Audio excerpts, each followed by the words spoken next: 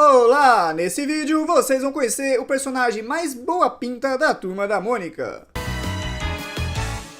Fabinho Boa Pinta é um personagem da Turma da Mônica criado por algum roteirista do Maurício de Souza. Como seu nome já diz, ele é um personagem boa pinta. Mas que raio significa isso? Boa pinta era um termo usado para se referir a alguém que se veste bem e que tem boa aparência, que é basicamente o perfil desse personagem. Ele tem uma pose de elegante, bonito e que atrai todas as meninas do bairro. Tem um visual de personagem metido, com seu cabelo loiro, topete e cara de snob, bem parecido com o perfil do Genezinho das histórias do Chico Bento. Apesar de hoje ele ter um nome e uma característica mais definida, antigamente não era bem assim, já que ele teve diversos visuais e nomes diferentes até chegar na forma que é hoje. Uma de suas primeiras aparições foi na história Como Manda o Figurino, onde a Magali diz para a Mônica que quer ser paquerada pelo Fabinho, um menino novo que chegou no bairro e que ela achava muito fofo.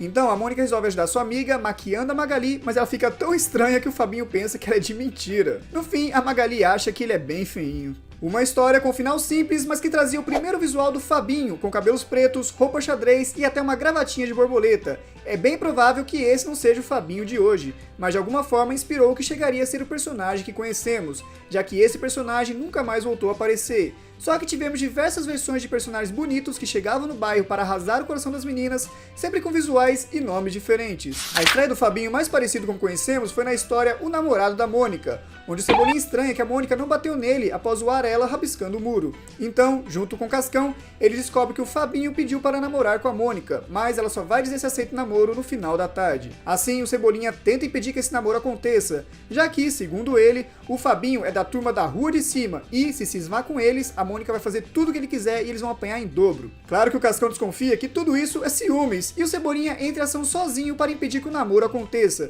deixando o Fabinho entrar em várias enrascadas, inclusive se vestindo de garota pra Mônica pensar que ele já tem namorada. No fim, o Fabinho desiste de namorar com a Mônica, pois além de ser muito forçuda, todos os meninos provocam a coitada e sobra pra ele defendê-la. O Cebolinha comemora o término dos dois, apanha e o Cascão se pergunta por que ele tomou a maior surra e ainda continua rindo. O Cebolinha só responde que valeu a pena. Pois é, parece que no fim era só ciúmes da parte dele mesmo. Como vocês viram, o Fabinho dessa história já lembra mais o Fabinho atual, exceto que ele parecia ser um personagem bonzinho e tinha os cabelos pretos. Ainda assim, nas histórias seguintes, ele ainda voltaria com vários visuais e nomes diferentes, sempre com um inho no final para mostrar que era um garoto fofinho, como Robertinho, Ronaldinho, Reinaldinho e por aí vai. Os mais famosos com certeza são o Ronaldinho, que participou da animação Como Atravessar a Sala. Faz um mês que eu tô na paquera do Ronaldinho, o garoto mais fofo do bairro, mas que nos quadrinhos se chamava Reinaldinho, e o Betinho, que apareceu numa história clássica chamada Quem Fez a Mônica Chorar, onde ela se arruma toda para o encontro com o Betinho, mas chegando lá ele estava com outra, ignorando totalmente a Mônica.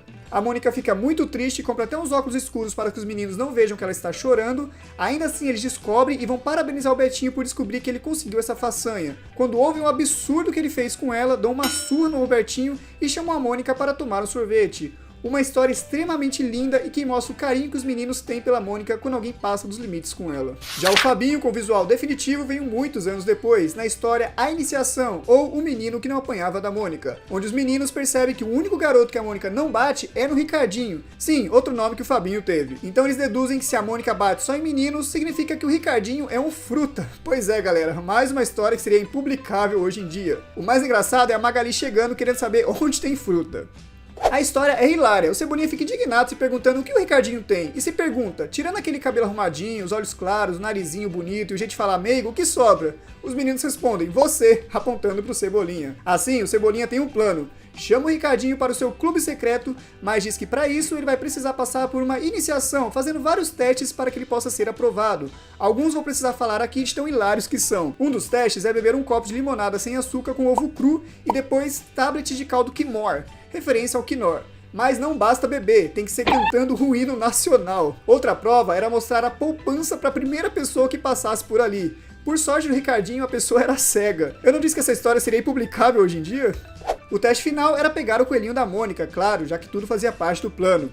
Eles admiram que o Ricardinho conseguiu pegar sem apanhar e ele diz que apenas pediu emprestado para ela. Claro que a Mônica descobre o plano, dá uma surra nos meninos e no final eles perguntam pra Mônica qual o motivo deles apanharem e o Ricardinho não. ela responde que é porque ele nunca implicou com ela. Mas claro que no final ela revela pros leitores que nunca bateu nele por ser gamada por ele, claro. Depois de ter o visual definido nessa história, com cabelos loiros, olhos azuis e topete, alguns anos depois seu nome foi definido já no título da história, chamada Esses Bolinhos São para o Fabinho, onde a Mônica leva vários bolinhos para o Fabinho, pois ele está doente. Ela acaba dando bolinhos pros seus amigos que encontra no caminho, pois alguns acabam até sendo dramáticos, como a Magali dizendo que a Mônica se negou a dar um bolinho para sua fiel amiga de anos que está sempre ao seu lado, para dar para um Zé Mané que se mudou há pouco tempo pro bairro, dando indícios de que o personagem era novo na turma. Quando ela chega na casa do Fabinho, já está sem bolinho nenhum e leva flores para ele, que fica feliz, pois estava com a garganta ruim e não adiantaria levar algo para comer. E no final, a Mônica pede que sua mãe faça mais bolinhos para levar para os seus amiguinhos. Atualmente, o Fabinho é presença constante nas histórias, fazendo parte até das animações da turma, como em Mônica, a Famosa,